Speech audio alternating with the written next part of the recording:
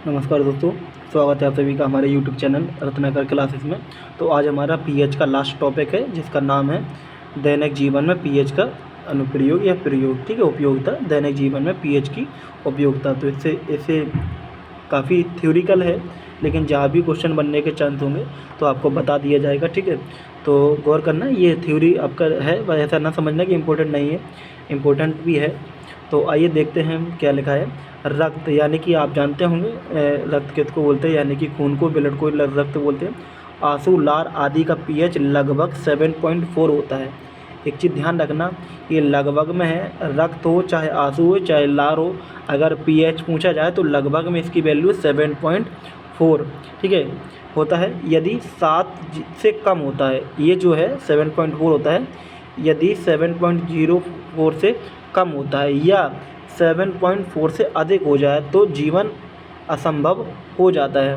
ठीक है, असंभव का मतलब होता है जैसे दांत का जो पीएच होता है, अगर यहाँ पर लिखा है रक्त, मतलब क्या हो जाता है, बीमारी होने लगती है। ठीक है, इतना समझ लेना।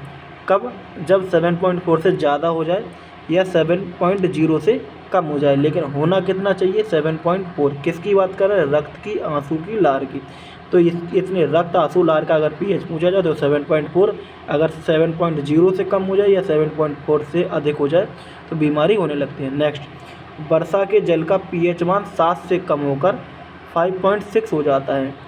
देखिए कितना हो जाता है, तो अगर पूछे वर्षा के जल का पीएच मान कितना, 5.6, वैसे 5.4 होता है, कितना हो जाता है, 5.6 हो जाता है, तो इसे अम्लीय वर्षा कहते हैं। तो अगर क्वेश्चन आए कि अम्लीय वर्षा का पीएच मान कितना होता है, तो आप कितना बताएंगे, 5.6 होता है, क्योंकि आप जानते हैं वैल्यू 7 से कम जो भी होती है वो किसकी वैल्यू होती है, अम्ल की। ठीक है, नेक्स्ट है, जब अम्लीय वर्षा का जल नदियों में जाता है, बहता है, तो नदी के जल का पीएच मान कम हो जाता है। पीएच मान क्या हो जाएगा, कम हो जाता है, जिसके कारण जलीय जीवधारी जैसे मछली का जीवन कठिन हो जाता है। तो यहाँ में सिर्फ इम्पोर्टेंट पॉइंट ये है कि अम्लीय वर्षा का पीएच मान कितना होता है, 5.6 होता है, और इसमें क्या, रक्त, लार, आंसू का पीएच वैल्यू कितनी होती है, 7.4। तो ये केवल इतने पॉइंट इंपॉर्टेंट है, ये वाला पॉइंट इतना और ये वाला पॉइंट इतना। ठीक है, नेक्स्ट पॉइंट इंपॉर्टेंट है काफ़ी, लिखा हुआ है, शुक्र ग्रह का वायुमंडल सल्फ्यूरिक अम्ल के मोटे सफ़ेद व पीले बादलों से बना है, अतः शुक्र ग्रह पर जीवन क्या है, संभव नहीं है। क्यों नहीं है? क्योंकि सल्फ्यूरिक अम्ल कैसा होता है, अम्लीय। सल्फ्यूरिक अम्ल तो मतलब अम्ल है। तो अगर क्वेश्चन आए कि शुक्र ग्रह पर जीवन संभव नहीं है क्योंकि वहाँ पर वायुमंडल किसका होता है, सल्फ्यूरिक अम्ल के मोटे व सफ़ेद पीले बादल से बना होता है। ठीक है, इसलिए वहाँ पर जीवन संभव नहीं है। तो क्वेश्चन ये आ सकता है, कभी पूछ सकता है कि यह पूछ सकता है शुक्र ग्रह पर कौन सा अम्ल पाया जाता है अधिकता में, तो कौन सा हो जाएगा, सल्फ्यूरिक अम्ल हो जाएगा। नेक्स्ट देखते हैं। नेक्स्ट पॉइंट है कि पाचन तंत्र में, पाचन तंत्र आप जानते हैं, जैसे हाई स्कूल में हैं आप तो बायो भी पढ़ रहे होंगे, जो डाइजेस्टिव सिस्टम होता है वहाँ पे इसका क्या उपयोग है। जठर रस की पीएच लगभग 1.2 होती है। तो जठर रस जठर ग्रंथियों से होता है, तो वहाँ पर ध्यान रखना, जठर रस की पीएच वैल्यू कितनी होती है, 1.2 होती है।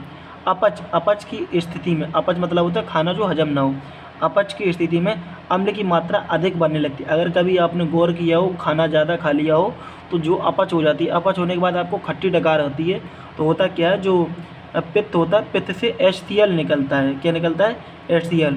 वो क्या, खाने को गलाने का काम करता है। ठीक है, जिसकी वजह से हमें खट्टी डकारें आती हैं। ठीक है, लेकिन यहाँ पर क्या है, अपच की स्थिति में क्या हो जाता है, अम्ल की मात्रा अधिक बनने लगती है, अधिक बनने लगी, जिसके कारण पेट में क्या होने लगता है, दर्द और जलन होने लगती है। इसके उपचार के लिए देखिए, मिल्क ऑफ मैग्नीशिया जैसे दुर्बल क्षारक का प्रयोग करते हैं। तो अपच की स्थिति में किसका प्रयोग करते हैं, मिल्क ऑफ मैग्नीशिया का। फॉर्मूला क्या लिखा हुआ है, MgOH का होल ट्वाइस। आपने डाइजिन सिरप का नाम सुना होगा, डाइजिन टैबलेट या सिरप वगैरह जो होता है अपच की उपस्थिति में डॉक्टर देता है, तो वो क्या होता है, यही होता है। ठीक है, जिसको हम बोलते हैं मिल्क ऑफ मैग्नीशियम। क्यों दिया जाता है, पेट में दर्द और जलन हो, कब ज़्यादा खाना वगैरह खा लेते हैं तब होता है ऐसा। ठीक है, तो इसकी ये वैल्यू क्या दिया जाता है, आपको मिल्क ऑफ मैग्नीशिया दिया जाता है, जिससे आपको क्या हो जाए, ये देखिए क्षार है और एसिड की प्रॉब्लम होती है, तो एसिड और क्या, क्षार मिलके क्या बना देंगे, लवण बना देंगे, इस वजह से प्रॉब्लम एसिड की ख़त्म हो जाती है। ठीक है, नेक्स्ट पॉइंट को हम देखेंगे आगे। नेक्स्ट देखिए, यहाँ पर लिखा है हमारे दांत कैल्शियम फास्फेट के बने होते हैं। तो दांत किसके बने होते हैं? कैल्शियम फास्फेट के बने होते हैं, जो शरीर का सबसे कठोर पदार्थ होता है। तो यहाँ पर एक क्वेश्चन और हो गया कि शरीर का सबसे कठोर पदार्थ कौन सा होता है? कैल्शियम फास्फेट होता है, जिसके दांत बने होते हैं, जल में नहीं घुलते हैं।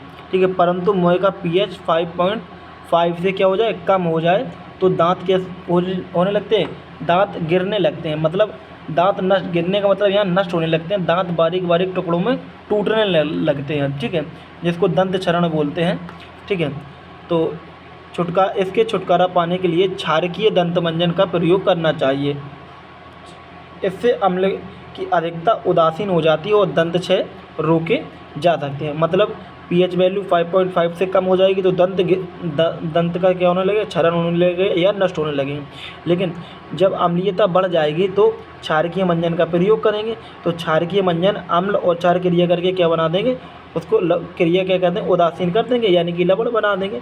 तो अधिकता से क्या हो जाती है? उदासीन हो जाती है और दंत क्षरण से रोका जा सकता है। नेक्स्ट है, पेड़ पौधों की वृद्धि और अच्छी उपज के लिए मिट्टी की pH परास 7 से 7 के पास होनी चाहिए। अधिक अम्लीय या क्षारीय हो तो उपज पर दुष्प्रभाव पड़ता है।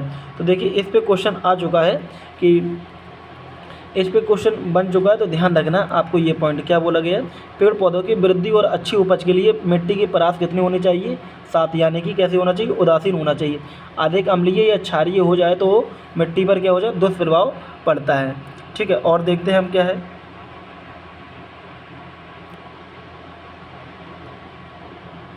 तो नेक्स्ट पॉइंट क्या है हमारा? यह मिट्टी अम्लीय है तो मिट्टी में बिना बोझा चूना। देखिए, बिना बोझा चूना क्या है? CaO। ये क्या है? धातु। ये क्या? ऑक्सीजन। तो धातु ऑक्साइड कैसा होता है? क्षारीय। और जब मिट्टी अम्लीय हो जाएगी तो उसमें क्या मिला देंगे? बिना बोझा चूना मिला देंगे, तो उसको क्या कर देगा? उदासीन कर देगा। तथा बोझा चूना मिलाना चाहिए, यानी कि या तो इसको मिला दिया जाए या इसको मिला। ये डायरेक्ट क्षार है, ये क्षारीय प्रकृति, तो क्षार दोनों हैं। तो अम्लीय अगर हो जाएगी तो क्या मिला देंगे? क्षार। तो उसको क्या कर देगा? उदासीन कर देगा। तो उसमें प्राकृतिक कार्बनिक पदार्थ मिलाने चाहिए। नेक्स्ट है, देखिए, पिछले लेक्चर में हम बताया था नेटल के बारे में बताया था। नेटल एक क्या होता है? पौधा। विशेष पौधों से रक्षा। नेटल एक पौधा है जिसके छू जाने पर या चुभ जाने पर डंक जैसा दर्द महसूस होता है। ठीक है, नेटल के डंकनुमा बाल होते हैं जिनसे मेथेनोइक अम्ल का स्राव होता है। मेथेनोइक अम्ल, ठीक है, क्या? HCOOH। ठीक है, इसी को जो हमारा नाम है फार्मिक अम्ल हिंदी में नाम होता है और मेथेनोइक होता है IUPAC नाम। ठीक है, स्राव होता है, मतलब उससे निकलता है। जो डंक जैसे क्या होते हैं? बाल होते हैं, उससे कौन सा रस निकलता है? मेथेनोइक अम्ल निकलता है, जिसके कारण बहुत दर्द होता है। इससे पीड़ा मुक्ति पाने के लिए, यानी कि इस पीड़ा से मुक्ति पाने के लिए डाक पौधे, डाक भी एक पौधा होता है, कि पत्तियों को डंक वाले स्थान पर रगड़ते हैं। यानी कि जहाँ पर हमें डंक लगा है उसका, नेटल का, वहाँ पे क्या कर देंगे? डाक पौधे की पत्तियों को रगड़ देंगे। तो डाक के पौधे में क्षारीय गुण होते हैं और यहाँ से क्या निकलता है? मेथेनोइक अम्लीय होता है। तो जिससे यह मेथेनोइक अम्ल को क्या कर देता है? उदासीन कर देता है। नेक्स्ट देखते हैं, कुछ अगर रह गया है तो उसको भी कंप्लीट कर लेते हैं। नेक्स्ट हमारा सिर्फ एक पॉइंट रह गया है, इसका जीव जंतुओं से के डंक से रक्षा। तो जब कभी जीव जंतु डंक मार देते हैं तो वे हमारे शरीर में विशेष प्रकार के अम्ल को छोड़ देते हैं, जैसे मधुमक्खी, चींटी आदि मेथेनोइक अम्ल शरीर में डंक के माध्यम से पहुंचा देते हैं। तो हमें क्या होती है? जलन होती है। इससे उत्पन्न पीड़ा से मुक्ति के लिए डंक मारे गए अंग पर क्या? बेकिंग सोडा जैसे दुर्बल क्षार का प्रयोग करना चाहिए। तो आप घर पर भी देख सकते हैं, अगर कभी क्या हो जाए, मधुमक्खी या चींटी वगैरह काट ले तो वहाँ पे क्या लगा लो? बेकिंग सोडा लगा लेंगे आप, यानी कि दुर्बल क्षार लगाएंगे, तो उससे क्या हो जाएगी? आपको जो जलन हो रही होगी वो बंद हो जाएगी। ठीक है, अब नेक्स्ट लेक्चर में हम कवर करेंगे लवण के बारे में। तो pH हमारा यहाँ तक कंप्लीट किया।